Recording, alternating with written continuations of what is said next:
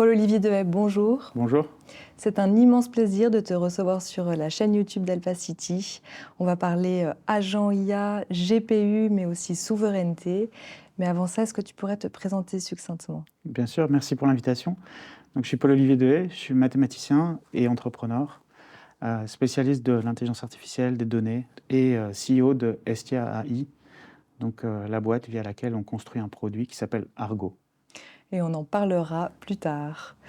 Je sais que tu as aussi participé à la découverte du scandale Cambridge Analytica. Quel est ton regard aujourd'hui sur cette période? Oui, alors j'ai contribué effectivement à la découverte du scandale sur les données personnelles et leur usage dans les campagnes américaines de Trump et la campagne du Brexit. L'expérience que j'en tire, c'est quand même que ça a amené un autre regard collectif sur les données personnelles. Donc ça a permis d'avoir une autre perspective de l'importance de ces données, de leur impact sur la société. Et c'était un rush complet de participer à ça. Mais en même temps, c'est une énergie que je veux réappliquer dans ce contexte maintenant de l'IA, de l'intelligence artificielle et des changements de société que ça va apporter. Et donc c'est une énorme motivation pour moi de continuer dans cette direction, disons, socio-technologique, qui combine à la fois des intérêts technologiques et sociétaux.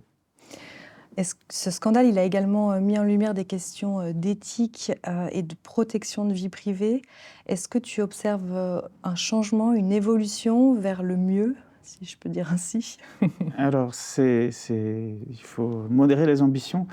Donc, il y a un changement dans le sens que les gens comprennent les enjeux et comprennent certaines mécaniques mieux qu'avant. Maintenant, il y a quand même énormément de défaitisme toujours ambiant sur ces sujets. Les individus sont toujours perdus face à cette complexité, cette masse, cette dépendance qu'on a face au numérique, et ils se sentent incapables de changer quelque chose, quoi que ce soit. Même les gens qui sont le plus en capacité technique sont quand même forcés de partager des photos avec leur famille dans des environnements qui ne favorisent pas, etc. etc. Donc ça, c'est au niveau individuel. Et au niveau collectif, il y a un vrai manque d'imagination sur des alternatives qui seraient possibles. Donc il y a peu de concertation sur la création d'alternatives, de mise en réseau autour de différents acteurs, pas juste technologiques, qui pourraient envisager d'autres alternatives. Donc on doit se faire confiance en tant qu'individu, collectivité et pays face à des mastodontes qui sont sur notre territoire. Oui, absolument. Je pense que c'est vraiment l'étape qui manque maintenant, c'est l'imagination qu'en réseau de collectivités, en réseau d'acteurs économiques qui ont des intérêts spécifiques autour de la durabilité, par exemple, ou de certaines composantes liées à ça, qu'on peut vraiment construire des alternatives. On commence à le voir émerger, mais il y a encore un manque de coordination, un manque de cohérence dans l'action. Par exemple, autour de la gestion des données personnelles, qui est quand même une des ressources essentielles pour avancer. Il y a encore une sorte de mauvais patterns qui sont appliqués face à ça, qui vont plus dans la capture des données pour après aller dans notre direction que ce collectif a décidé, plutôt que dans l'empowerment, il n'y a pas vraiment de bon mot en français, dans l'empowerment de l'individu face à cet écosystème. Et cette pensée positive, tu l'appliques aussi au sein de l'entreprise que tu diriges, donc Estia. Vous avez notamment mis en place un chat GPT Argo. Est-ce que tu peux nous en dire plus sur votre démarche, Estia, votre philosophie, votre stratégie, et ensuite sur cet outil qu'on a très envie de découvrir, qui est Argo? Oui, alors donc Argo, c'est une solution comparable en fait à OpenAI. Pour ceux qui connaissent, c'est pas juste OGPT, qui sont une forme d'application OpenAI, mais c'est plus une copie, bien qu'on ait été avant, du store de OpenAI, donc du store de GPT. Et l'idée, c'est de permettre à tout un chacun, ça peut aller de l'individu à une entreprise, de déployer son propre store. Donc de déployer ces applications qui après vont être distribuées sur le réseau entourant cette entité. Donc ça peut être un réseau social, des individus autour de moi, mais ça peut être aussi un réseau de fournisseurs autour d'une entreprise, par exemple. Donc pour vraiment radier cette intelligence artificielle, ou composée, hybride, entre humaine et artificielle, autour de nœuds qu'on voudrait contribuer à rendre plus vertueux dans cet écosystème. Donc il y a quand même une question sous-jacente, c'est quoi qu'est-ce qui est vertueux? Qu'est-ce qui est vertueux dans cet écosystème? Et donc on n'a pas cette réponse-là, mais on sait que pour aider les gens à trouver cette réponse-là, un élément essentiel, c'est la transparence, c'est l'explication de comment ces systèmes fonctionnent, pour en fait autonomiser nos clients, nos utilisateurs, autour de cette recherche de sens autour de l'intelligence artificielle. Donc ça, concrètement, ça veut dire quoi? Ça veut dire être transparent sur comment ça fonctionne au niveau technique, être transparent sur les coûts économiques, être transparent sur les coûts écologiques, être transparent sur toute une multitude de choses, avec l'espoir que, en discutant autour de ça, on apprenne progressivement quels sont les bons modèles.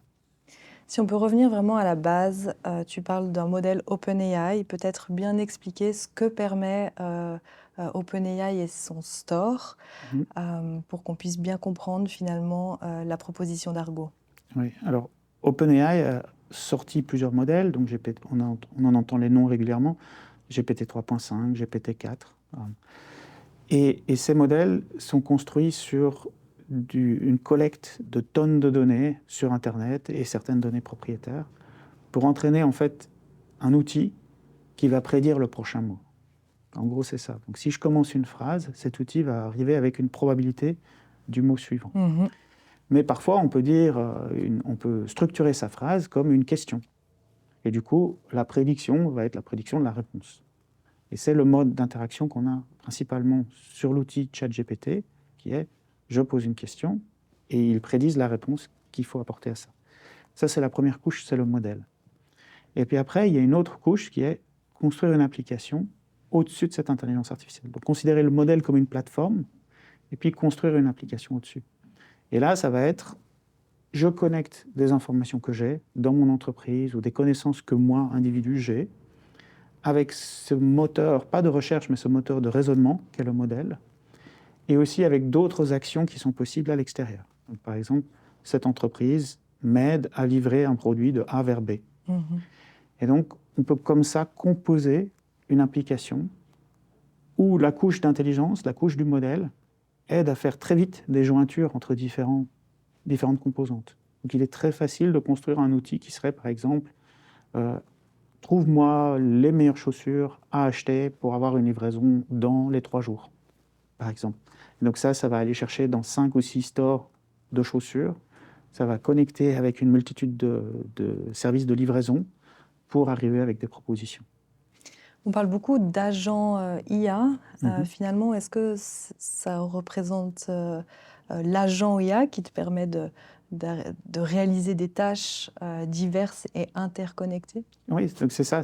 Là, on a un agent IA, une première version en fait. Et puis la version d'après, c'est d'avoir juste le problème, exposer un problème, exposer une situation. Et puis la réponse de cette sorte de méta-agent sera alors de dire bon, ben voilà l'écosystème d'agents qui va pouvoir t'aider à répondre à ça. Donc avoir une sorte de couche intermédiaire qui aide à orienter l'individu face à cet écosystème complexe. Et donc il y a des enchâssements, des imbriquements hyper récursifs de tous ces services qui sont fascinants, à la fois fascinants et à la fois d'énormes opportunités. En même temps, il y a déjà un imbriquement de services. Pour ceux qui connaissent le terme, il y a des API qui permettent à différents systèmes de communiquer. Il y a des API qui s'appellent en série ou en arbre de décision derrière. Ça existe déjà. Mais la caractéristique principale de ça, c'est qu'à chaque nouvelle API, il faut passer par un ingénieur, un développeur.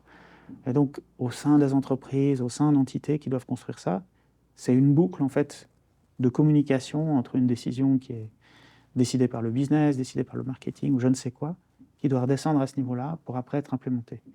Et là, maintenant, l'idée, c'est d'utiliser cette couche intermédiaire d'intelligence pour permettre à tout un chacun de connecter tous ces outils ensemble très, très vite. Donc schématiquement, les agents IA seraient au-dessus de l'ensemble des API ou des C'est ça. services.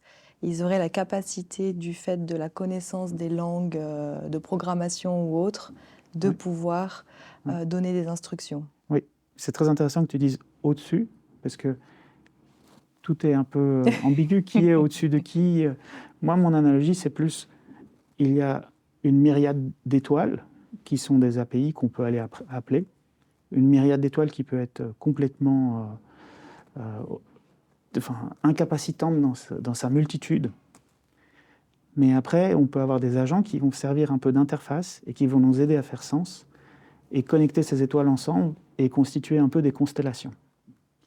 Ce qui est un peu ce qui s'est passé il y a des milliers d'années quand les humains ont commencé à imaginer des constellations face à ces étoiles, donc pour essayer d'en faire sens.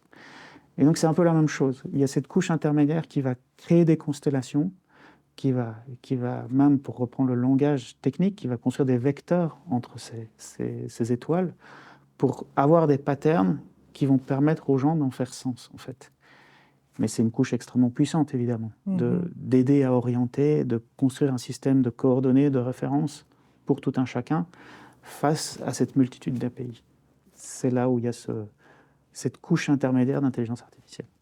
Est-ce que tu aurais un exemple concret pour une PME d'utiliser justement ces briques que vous proposez chez Argo? Qu'est-ce que ça change dans l'organisation interne et quel bénéfice on a de mettre en place ce genre de solution? Alors, vraiment le truc le plus abstrait, qui est aussi un bon point de départ pour commencer, c'est imaginer un projet où il y a 3 ou 4 rôles différents. Donc il peut avoir un rôle produit, un rôle marketing, un rôle vente, et puis il y a un rôle chef de projet. Voilà. OK. Donc il s'agit de construire une stratégie marketing autour d'un produit, de construire une stratégie de vente, etc.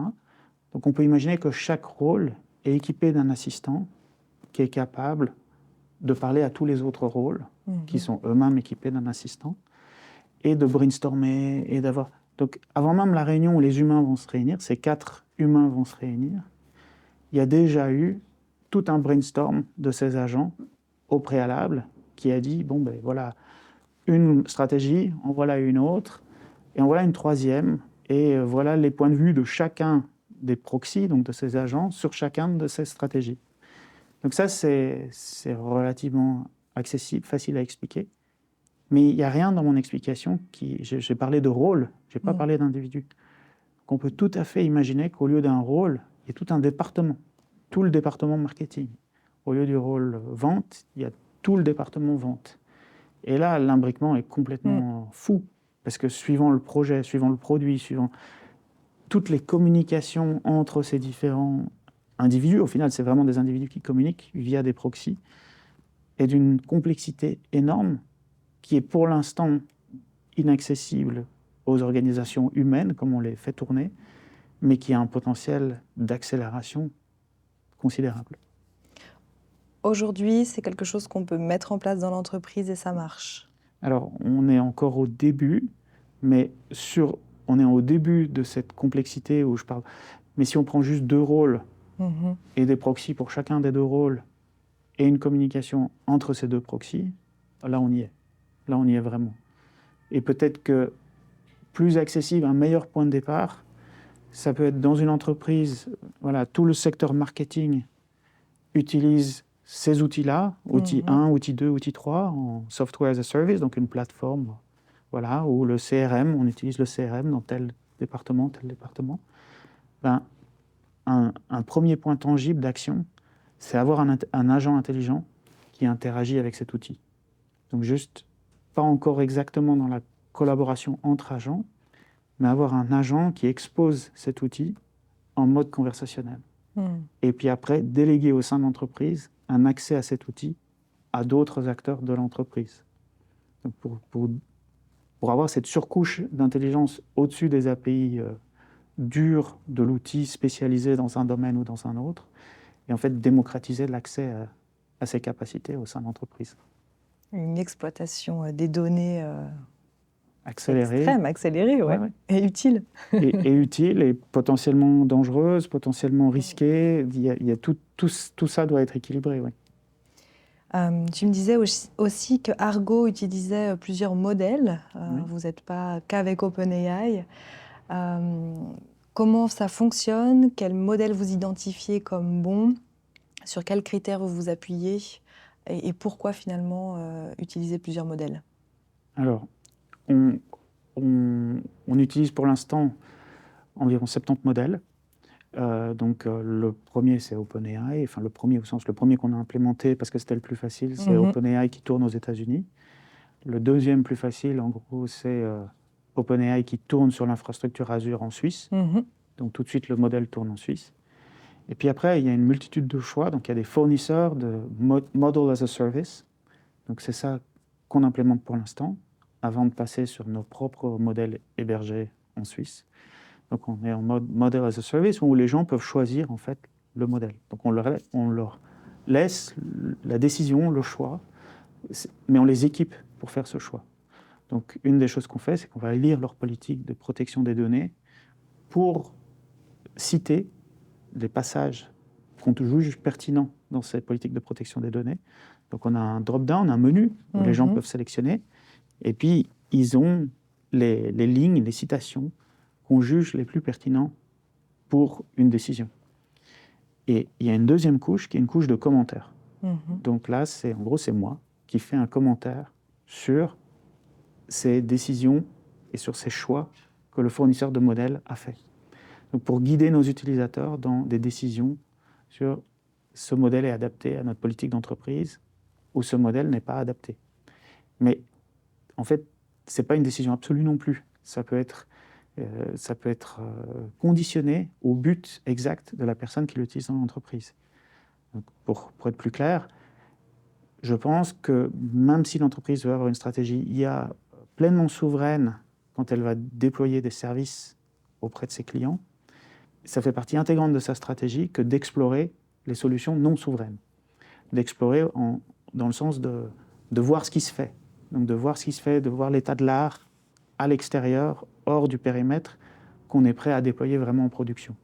Parce que c'est ça qui va aider à décider d'investissements qui doivent être faits, de réponses à ce qui se fait hors du champ qu'on juge nous-mêmes acceptable.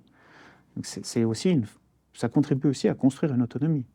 Si, imaginons qu'il y a un service de CRM qui émerge, un métaservice fourni avec de l'intelligence artificielle, mais qui existe aux États-Unis, c'est peu utilisable par une entreprise suisse qui voudrait être conforme à la LLPD, etc. Mais ça expose un problème pour toute une série d'entreprises locales qui pourraient à ce moment-là se concerter pour décider de construire, de mutualiser des fonds pour construire une alternative souveraine. Mais il faut qu'ils soient exposés à cette situation pour décider eux-mêmes d'allouer des fonds. L'infrastructure est très importante pour faire tourner les modèles. Oui. En Suisse, on a l'infrastructure qui permet justement d'intégrer ces modèles. Tu venais d'exprimer le fait que ça arrive bientôt chez vous. Oui, alors donc, pour pouvoir faire tourner ces modèles, en fait, plus précisément pour pouvoir faire tourner les gros modèles, on a besoin de GPU. Et les GPU sont une ressource très rare pour l'instant, construite principalement à Taïwan, presque exclusivement à Taïwan. Et c'est absolument la course pour les obtenir. Donc, à part les entreprises qui sont les géants qu'on connaît tous, où le nombre de GPU se chiffre dans les dizaines de milliers, voire centaines de milliers, en Suisse, je n'ai pas encore identifié d'acteurs qui en avaient plus que quelques dizaines. D'acteurs qui ne soient pas un Microsoft, quoi. Donc, l'accès aux GPU est une vraie problématique pour pouvoir faire, alors on n'en a pas mentionné avant, pour pouvoir faire de l'entraînement, qui est la première phase de la construction d'un modèle, et de l'inférence, qui est la deuxième phase d'exploitation du modèle. Donc, pour les deux, on a besoin de GPU. Donc, ça, c'est crucial, parce que ça veut dire pour l'instant, un des modèles dominants, c'est un peu le modèle Nespresso, le modèle imprimante sur les modèles. C'est-à-dire que ceux qui ont accès à des GPU construisent les modèles pour après les vendre au token. Le token, c'est l'unité de production des modèles, c'est des mots individuels. Donc chaque mot est payé parce qu'ils ont le modèle et ils ont la capacité à le faire tourner. Mais si cette capacité à faire tourner les modèles se démocratise, parce que plus de GPU sont accessibles, ça met à mal ces business models-là. Donc ça, c'est des évolutions qu'il faut anticiper maintenant. Tu parles de souveraineté. C'est vrai que c'est un concept difficile à avoir aujourd'hui dans un monde globalisé. Les GPU sont fabriqués à Taïwan. Qu'est-ce que tu entends derrière souveraineté et comment on tend, en tout cas, vers cette direction quand on est un pays comme la Suisse? Alors, pour moi, cette souveraineté, c'est un concept que plusieurs personnes utilisent, donc, enfin, plusieurs États même utilisent. Et peut-être le point de départ est mieux de voir comme un ensemble d'autonomie individuelle. Donc on a une souveraineté collective si on a tous une autonomie individuelle. Et cette autonomie, c'est-à-dire que tout un chacun a la possibilité de décider pour soi-même ce qu'il fait. C'est que cette IA est moins, par exemple, menaçante pour mon travail. Parce que j'ai une autonomie pour décider comment j'utilise l'IA pour me maintenir pertinent dans le contexte du travail et pas dépendre de choix qui ont été faits de gens bien au-dessus de moi, qui ont décidé de déployer un système sans avoir trop le choix. Ce système-là, qui en fait est juste dans une mécanique de capture de l'organisation interne de l'entreprise, pour après substituer aux humains qui y travaillent, pour déplacer cette structure interne sur d'autres humains qui sont dans un autre pays, par exemple. Donc cette souveraineté collective, elle est en fait une somme de composantes individuelles que je préfère réfléchir comme une autonomie individuelle. Qu'en est-il dans le monde de l'entreprise? De cette On pourrait faire ce même parallèle? Oui, tout à fait. Il y a une multitude d'entreprises en Suisse qui sont sous une haute pression de compétition qui vient de l'étranger, principalement, je dirais, dont la couche qui est moins visible par le consommateur au final. Le consommateur final en Suisse tend à favoriser des marques suisses, mais derrière, il y a des fournisseurs qui sont aussi suisses. Donc cette deuxième couche-là est sous plus de menaces de remplacement, en fait. De remplacement par de l'IA et tout ça. Et donc il faut qu'ils gardent une stratégie face à l'IA d'autonomie, de décision de leur futur de ces PME, en fait. Ouais, sur du long terme. Sur du long terme. Donc ça veut dire être capable d'arriver avec des solutions pour leurs clients actuels, des solutions qui sont compatibles dans un écosystème d'IA. Donc c'est un déploiement depuis le fournisseur vers la grosse entreprise. Voilà mon agent qui est un proxy en fait pour ma PME entière et qui va permettre d'interagir avec la multitude de services qu'on sait que vous êtes en train de construire à l'intérieur.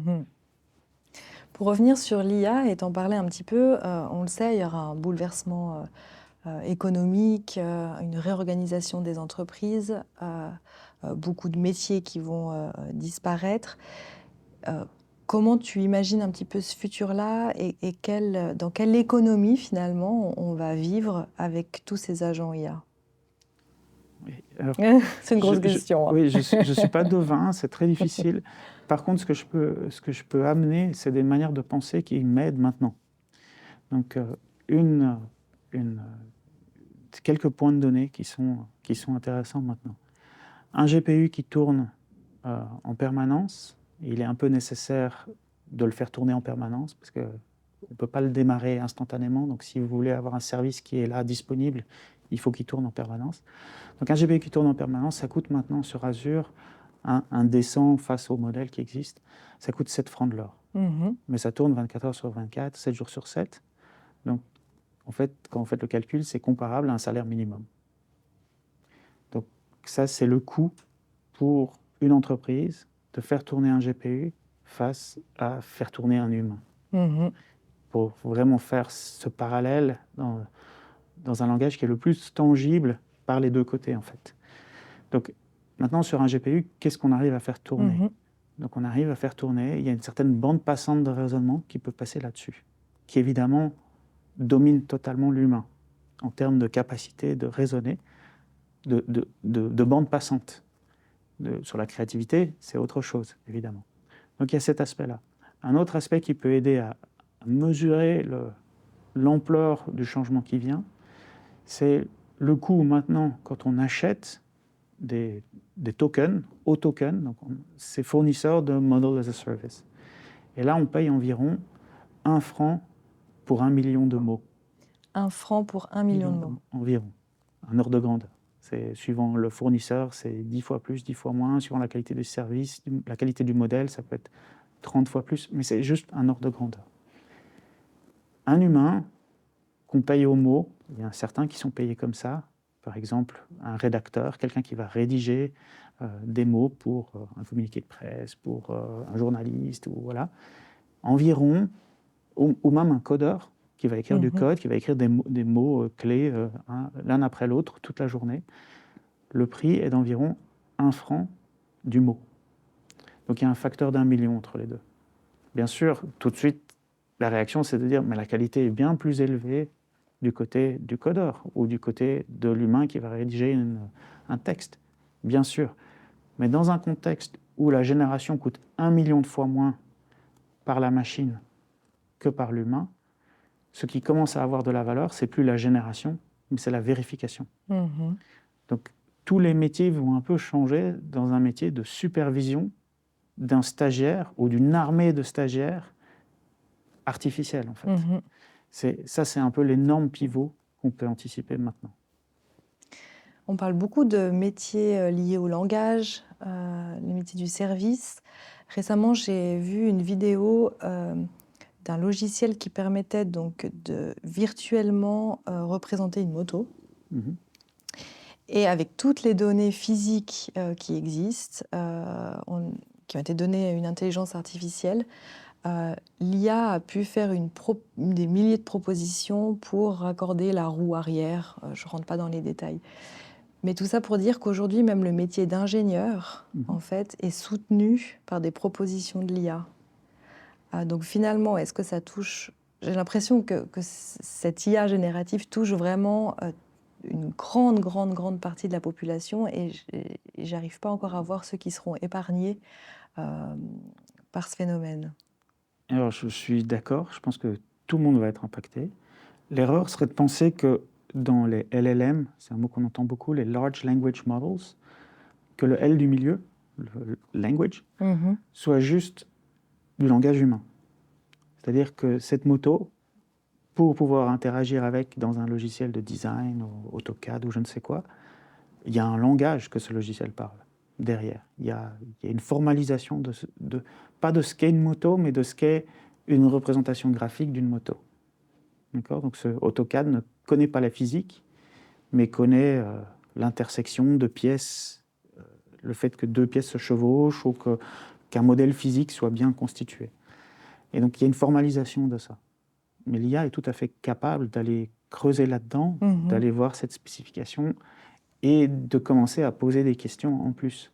Donc si je dois mettre une chaîne qui a cette forme générale, comment est-ce que je peux l'intégrer dans cet objet? Si je dois prendre le porte-bagages, je ne sais quoi, sur la moto, et qu'il y a une intersection, comment est-ce que je vais le déplacer un petit peu pour permettre de faire passer ma chaîne? C'est le genre de raisonnement où, en fait, l'IA dépasse totalement la capacité, en termes de bande passante, dépasse complètement la capacité humaine à aller prendre ce modèle et déplacer et essayer quelque chose de légèrement différent. Donc ça, c'est l'état où on en est maintenant. C'est dans cette compositionnalité des modèles. Mais on le voit dans plein de secteurs. Par exemple, dans le secteur du BIM, qui est le secteur du bâtiment, on peut se poser des questions sur OK, j'ai les règles du cadastre, j'ai une parcelle, j'ai les règles du cadastre, j'ai ce que je peux construire. Comment est-ce que je vais... je suis architecte, crée-moi un modèle de bâtiment qui rentre dans les conditions du cadastre pour une famille avec 3 enfants et qui veut une chambre d'amis. Donc là, on peut tout à fait générer sous contrainte formalisée, des propositions à valider après par l'humain. Tu es mathématicien. Quel est l'impact de l'IA dans ce domaine-là? Alors, question très intéressante, parce que je pense que c'est un des premiers domaines où il va vraiment y avoir des avancées qui vont perturber tout le monde, en fait. Là, maintenant, on est dans une situation dans les maths, donc dans la recherche en maths, où on a les cerveaux les plus calés qui sont en train de voir comment ils peuvent arriver à créer une symbiose avec ces ordinateurs, avec ces outils, avec ces outils d'intelligence artificielle. Et le type de symbiose qu'ils recherchent, c'est le même que Kasparov avec Deep Blue. Donc, quand Kasparov joue aux échecs, à un moment donné, il s'est fait battre par la machine, mais ça a amené une évolution aux échecs où les grands maîtres s'entraînent face aux machines. Donc une autre manière de se préparer pour jouer aux échecs. Donc en fait, c'est ça qu'ils recherchent maintenant. Dans une logique de recherche, donc de partage de la connaissance, d'accélération de la recherche de connaissances, tous ces matheux qui conçoivent peut-être mieux que le grand public ces outils-là, ou en tout cas leur utilité pour eux, sont en train de chercher comment collaborer autour de la création d'agents intelligents pour les aider à faire leur travail, qui est de prouver des théorèmes. Et donc, il y a une énorme accélération parce que prouver des théorèmes, on a toutes les théories nécessaires pour traduire ça en produire du code qui suit certaines spécifications. Il y a des vrais parallèles entre les deux. Il y a une vraie théorie de pourquoi ces deux choses sont en fait la même question. Et donc, en fait, on a une boucle là d'énorme apprentissage sur comment coder des théorèmes le plus vite possible en s'aidant d'agents intelligents. Ces théorèmes étant directement traduisibles en code qui va eux-mêmes nous aider à produire des théorèmes encore plus vite. Mais pas que, parce que ça pourrait nous aider aussi à faire des recherches scientifiques en physique, en chimie, dans plein d'autres domaines, mais aussi à produire du code qui va être applicable dans telle industrie, telle industrie, telle industrie. Donc il y a vraiment une boucle extrêmement intense d'accélération. Et ce n'est pas de la spéculation. Très récemment, il y a eu un article scientifique, donc un article mathématique, prouvé par 2 médaillés Fields et 2 autres personnes. Donc c'est vraiment le summum de la recherche. Ils l'ont produit, ils l'ont publié dans le mode classique, et puis ils se sont dit, on va se mettre le challenge, en 1 mois, d'apprendre à un ordinateur à en fait prouver le même théorème. Donc on va se mettre le challenge d'amener non pas leurs doctorants, non pas leurs postdocs, non pas le doctorant de leurs collègues, mais d'amener la machine avec 1 mois derrière nous, en fait. Donc ils ont réussi ce challenge, mais le résultat, c'est une machine qui est accessible à tout le monde. Et le résultat, c'est qu'ils ont aussi attiré énormément d'attention là-dessus. Et donc il y a plein de gens qui sont en train d'essayer de réduire ce délai maintenant, qui se concentrent sur le fait de réduire ce délai. Donc d'avoir vraiment un copilote global derrière nous en permanence pour accélérer ça. On a justement ce phénomène d'accélération qui est intéressant, mais qui est aussi peut-être parfois stressant. Comment on arrive à être aussi rapide en Suisse? Et j'ai envie de te demander peut-être quel est le secret, en fait? Comment on y arrive? La construction de sens. Non, mais c'est vrai, il faut arriver à construire nos constellations, nos patterns sur ces étoiles-là, à voir ça comme quelque chose de bénéfique, d'essentiel, d'utile, et à développer, à concentrer notre attention sur la construction de ces patterns, l'identification et la réutilisation de ces patterns. Donc c'est vraiment, j'ai dit que cette couche d'intermédiation entre ces étoiles et l'humain, qui est juste complètement surpassé par cette myriade d'étoiles, donc il y a une couche d'interprétation entre les deux, mais il faut consacrer une attention très particulière sur cette couche interprétative et faire circuler au maximum les informations qui sont au sein de cette couche.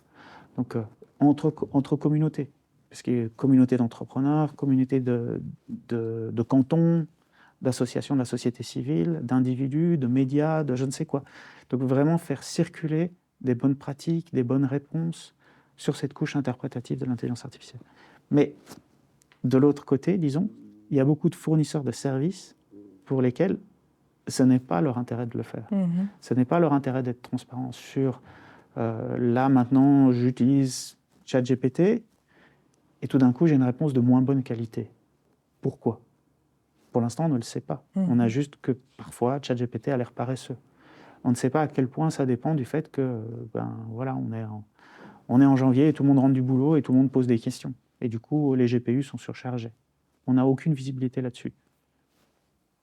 Tu parles du concept de translocal. Mhm. J'ai l'impression que ça fait résonance justement au territoire et à cette réflexion sur cette fameuse couche. Est-ce que tu peux nous en dire plus sur ce concept? Alors oui, donc si on arrive à en faire sens de ces constellations depuis notre point de vue ici en Suisse romande, on peut imaginer, rêvons que ce point de vue éclairant soit transférable en Suisse alémanique, ou en France, ou ailleurs. Donc c'est cette perspective, ce prisme qui nous serait bénéfique, peut être bénéfique ailleurs. Donc il y a déjà cette composante-là. Et puis il y a une autre perspective qui est, j'ai parlé de c'est au-dessus de nous, c'est en dessous de nous. Ben, c'est un peu un switch qui est complètement déstabilisant aussi. Mais peut-être qu'on peut prendre une partie de ces étoiles, de cette cartographie, et la mettre en dessous de nous. Donc concrètement, qu'est-ce que ça veut dire? Là, je vais dans la direction d'un effort qu'on a fait avant avec Estia, aidant les chauffeurs Uber à faire sens de l'intelligence artificielle qui s'applique sur eux.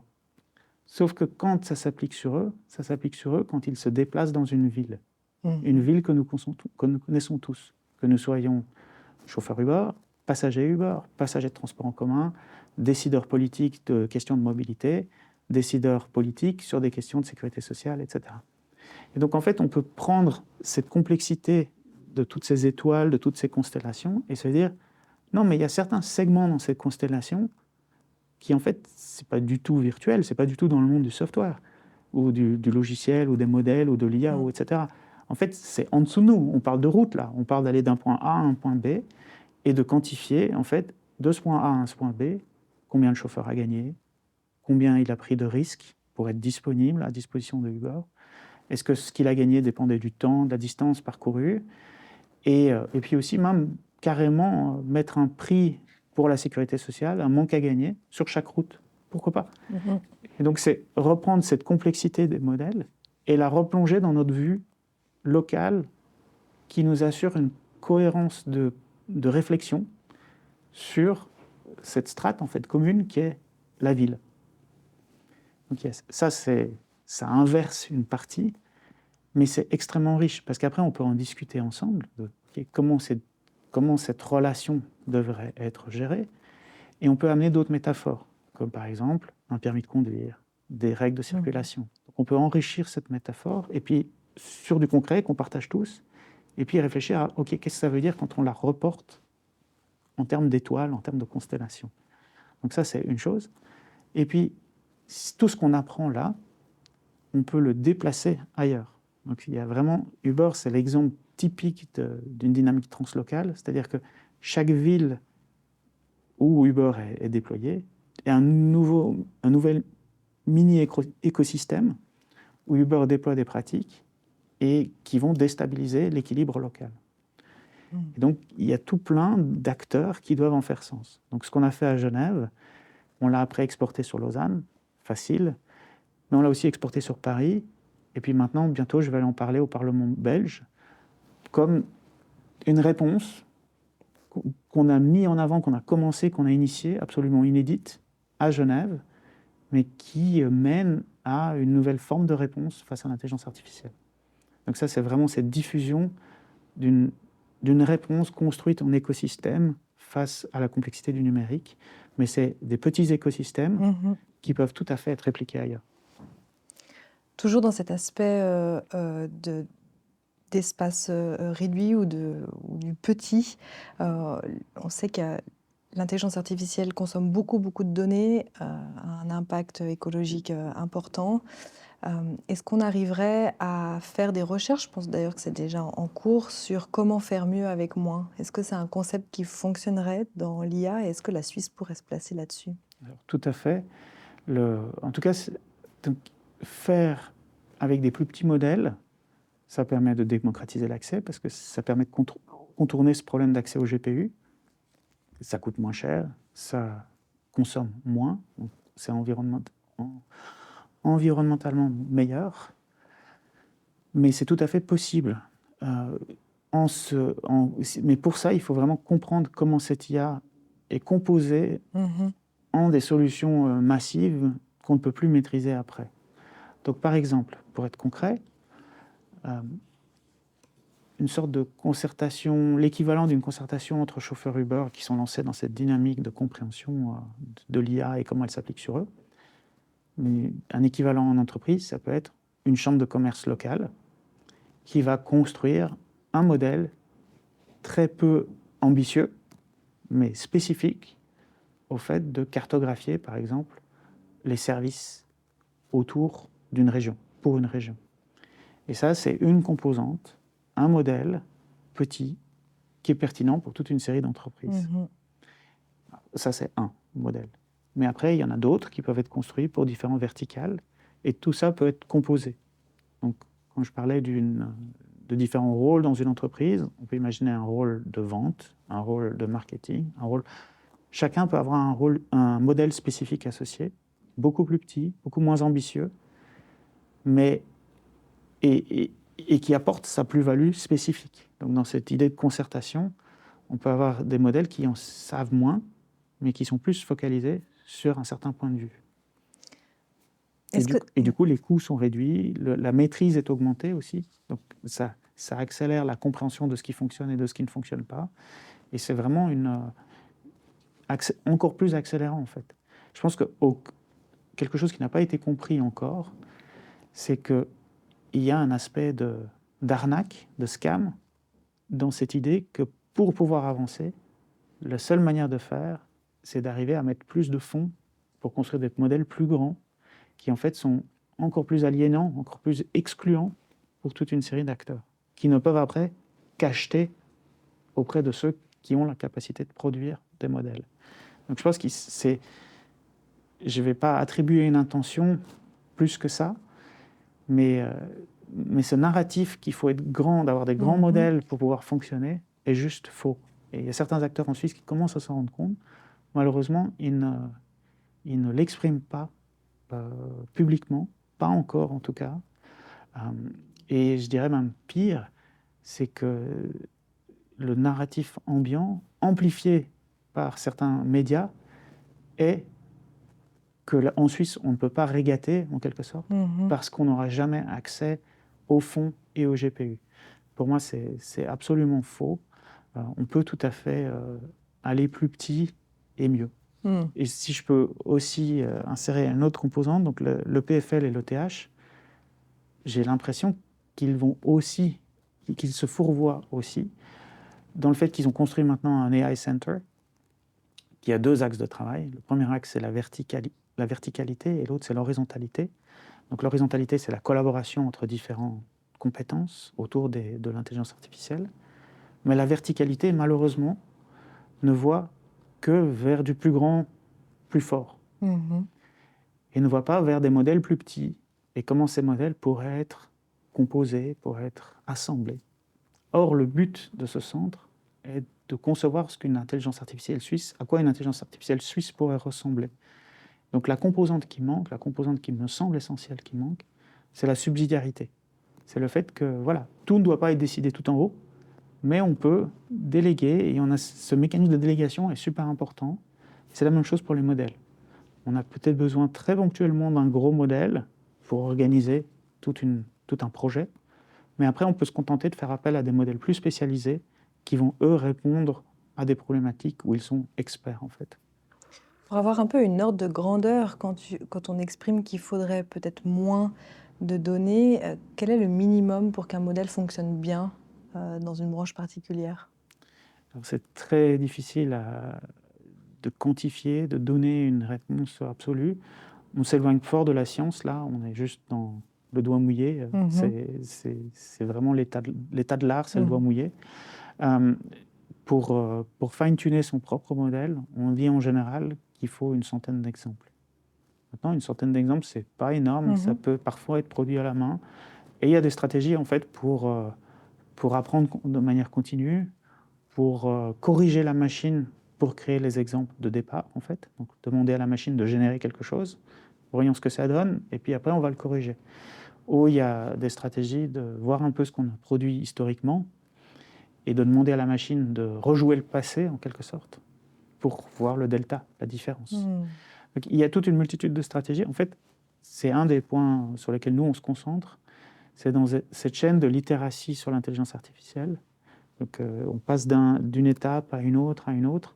Si on veut vraiment prendre un modèle, donc si on veut rester cohérent avec ce que je viens de dire, si on veut vraiment prendre un modèle, un gros modèle, et le fine-tuner dans un modèle plus petit, faire ce qu'on appelle de la distillation dans un modèle plus petit, le fine-tuner, l'adapter pour mon use case à moi, voilà, mon modèle souverain qui m'appartient et que je peux déployer, qu'est-ce qui manque en fait? Et donc on essaye de fluidifier au maximum cette transition. Donc prendre les gens par la main au départ, voilà, vous avez utilisé ChatGPT, ça vous a impressionné, mais concrètement, vous voulez le déployer en entreprise, à quoi ça ressemble? Première chose, si vous voulez l'appliquer sur vos données d'entreprise, c'est probablement pas malin de passer par un fournisseur dont les garanties sont un peu plus délicates. Donc, vous voulez les ramener sur votre infrastructure, en tout cas une infrastructure où les contrats sont plus solides pour vous. Okay, première étape. Deuxième étape, vous voulez utiliser un petit peu ce système que vous vous êtes construit vous-même, pour relativement peu cher, et puis voir ce qui marche et ce qui ne marche pas. Expérimenter un petit peu autour et voir ce qui marche et ce qui ne marche pas. Troisième étape, ce qui marche, vous voulez vous assurer que ça marche tout le temps et que ça marche à un prix, un coût en production qui soit acceptable. Il y a beaucoup de gens maintenant qui reçoivent leur première facture de OpenAI et de Amazon, etc., de Azure, et qui se rendent compte, wow, ok, ça c'est un tout autre budget que ce que je pensais. Et oui, évidemment, ils encouragent une consommation, peu de réflexion en amont pour anticiper les coûts sur le long terme. Donc, voilà. Mais ton explication tombe à pic. Je voulais te demander un conseil aux entreprises justement pour se lancer dans l'IA, et je crois que tu viens de résumer parfaitement les étapes. Alors ça, c'est les étapes pour vraiment opérationnaliser, mais je pense que beaucoup d'entreprises, surtout des petites entreprises, sont encore une étape avant, qui est l'étape on va prendre un formateur pour nous apprendre tous à utiliser ChatGPT ou à utiliser un produit comme ça. Parce que au sein de l'entreprise, il y a des gens de différentes compétences, d'un appétit différent pour tester de nouveaux outils. Donc la première étape, c'est un peu égaliser tout ça autant que possible. Enfin, en tout cas, à mon avis, une bonne étape, parce que ça coûte très peu cher. On parle juste d'une formation et d'une demi-journée, quelque chose comme ça. Et ça permet après d'avoir toutes les voix à table. Tout le monde se sent en capacité d'au moins imaginer quelque chose d'autre. Donc ça, c'est vraiment une formation relativement basique. Et c'est pas égalisé dans ce sens-là, c'est plus faire monter ceux qui sont un peu en retard. Mais il y a un aspect important sur cette formation, à mon avis. Et là, je suis commercial et je vends l'avantage d'Argo. Il faut que cette formation envisage déjà une collaboration. Donc pour moi, une formation idéale, c'est, voilà, on est une boîte qui vend d'habitude des stores. On est dans une formation, donc on va imaginer un autre truc. On va organiser la fête de quartier et on va organiser la fête de quartier. Comment est-ce qu'on fait ça avec l'IA? Et ensemble, pas juste une personne, mais ensemble. Donc vous allez être l'équipe stand de glace, vous allez être l'équipe ceci, vous l'équipe cela. Quel genre de service avec lequel vous voulez interagir pour construire ça? Donc vous êtes l'équipe service qui va construire les services pour répondre à ça. Juste un truc hors champ habituel, mais collaboratif. Parce que pour vraiment repenser le potentiel, il ne faut pas partir de l'individu seulement.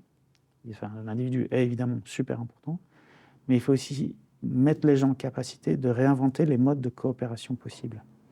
Donc, et ça, c'est un avantage d'Argo parce que pour l'instant, les formateurs, la seule possibilité qu'ils ont de faire quelque chose comme ça, c'est de dire à tout le monde, vous sortez votre carte de crédit et vous achetez la solution OpenAI entreprise ou OpenAI Teams, etc.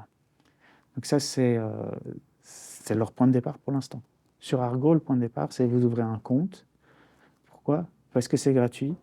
Pour commencer, il y a un modèle freemium qui est spécifiquement pour permettre ce genre de pattern-là, parce que c'est ce qui est accélérant pour faire sens de cette couche d'intermédiation dont je parlais.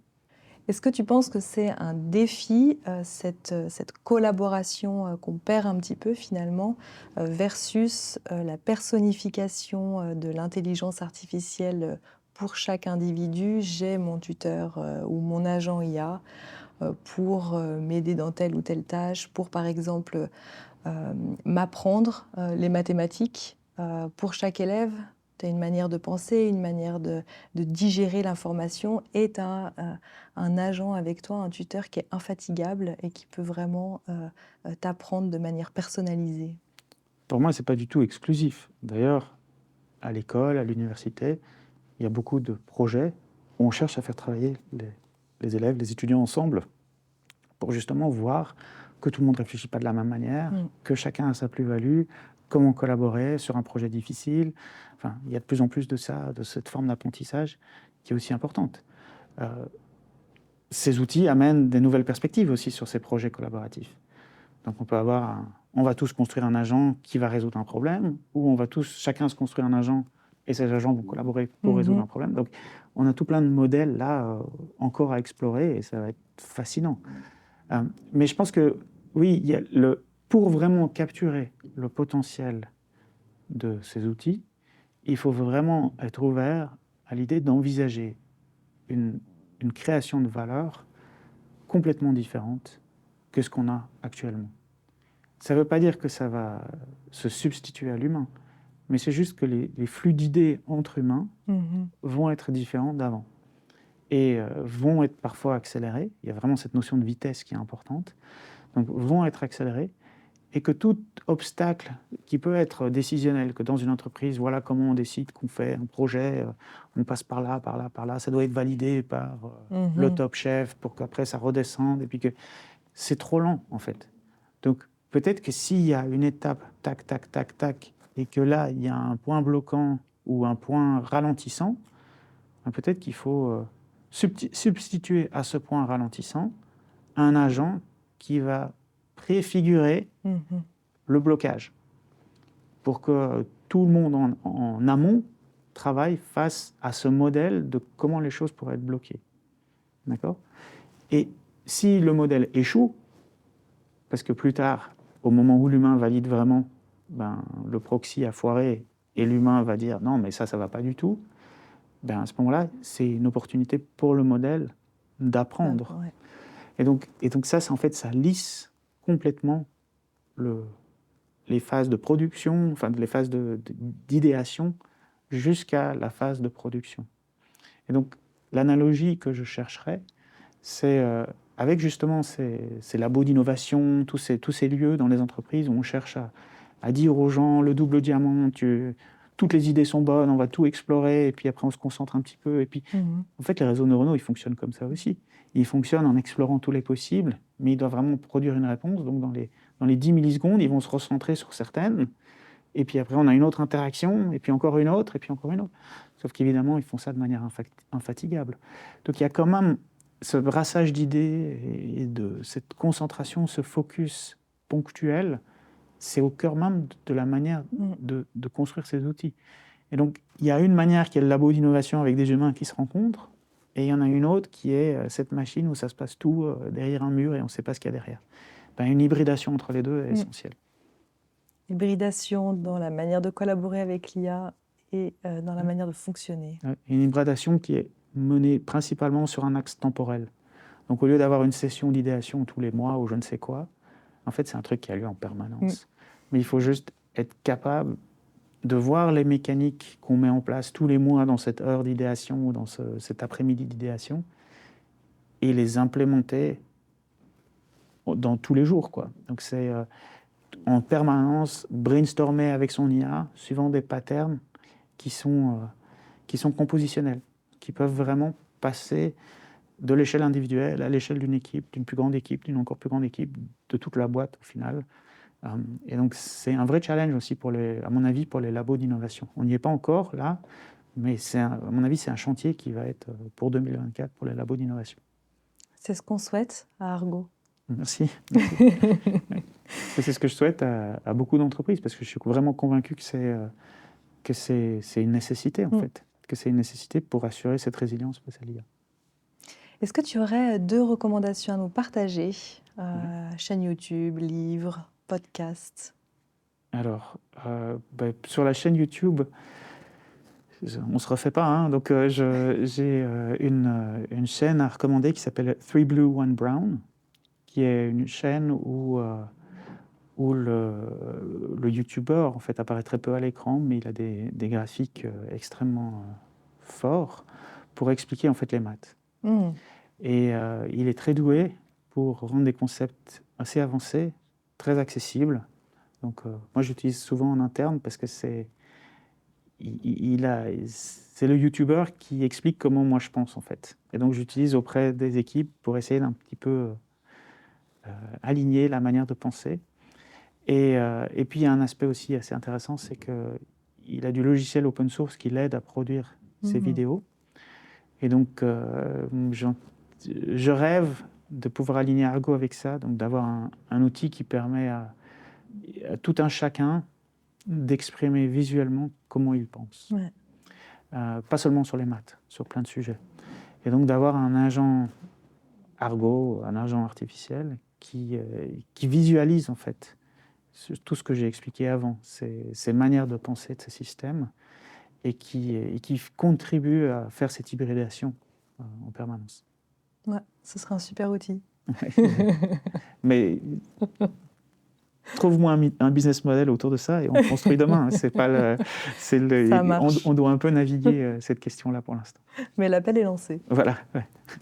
Et il y aurait également une personne que tu pourrais nous recommander, qu'on pourrait inviter sur cette chaîne. Alors oui, Jessica Pidou, une postdoc à l'université de Neuchâtel, une sociologue, qui est aussi directrice de l'association Personal Data IO, donc qui a repris mon flambeau, l'association, parce que je l'avais fondée et j'étais le premier directeur. Et donc cette association se focalise sur les données personnelles, le contrôle des données personnelles, l'explication de tous les enjeux, de tout l'écosystème, des questions de souveraineté aussi. Mais elle a un regard évidemment très différent de moi sur ces questions, un regard de sociologue. Donc, elle a fait sa recherche d'abord sur les applications de rencontres, où justement il y a toujours un mariage entre le côté social et le côté technologique, sauf que le côté social est beaucoup plus fort et beaucoup plus dans la rencontre, et notamment la rencontre d'idées autour de comment ces applications doivent fonctionner. Donc une des choses qu'elle m'a dit, qui est assez fascinant, c'est que les gens réfléchissent déjà, quand ils utilisent une application de rencontre, à comment ils se présentent sur l'application, aux choix qui leur sont offerts, de comment ils se présentent. Et puis après, ils font cet effort de réflexion en amont. Et puis après, ils font cet effort de réflexion en aval, quand vraiment ils rencontrent des gens, s'assurer que le profil, ils n'avaient pas trop menti, et qu'en réalité, la réalité match relativement bien par rapport à la fiction qu'ils avaient construite. Et puis aussi dans la perception mutuelle de ces avatars par rapport à la réalité. Et donc c'est déjà un terreau pour que les gens réfléchissent à ça. Et donc avec elle, on s'est rencontrés pas loin d'ici et voilà, on a bien connecté.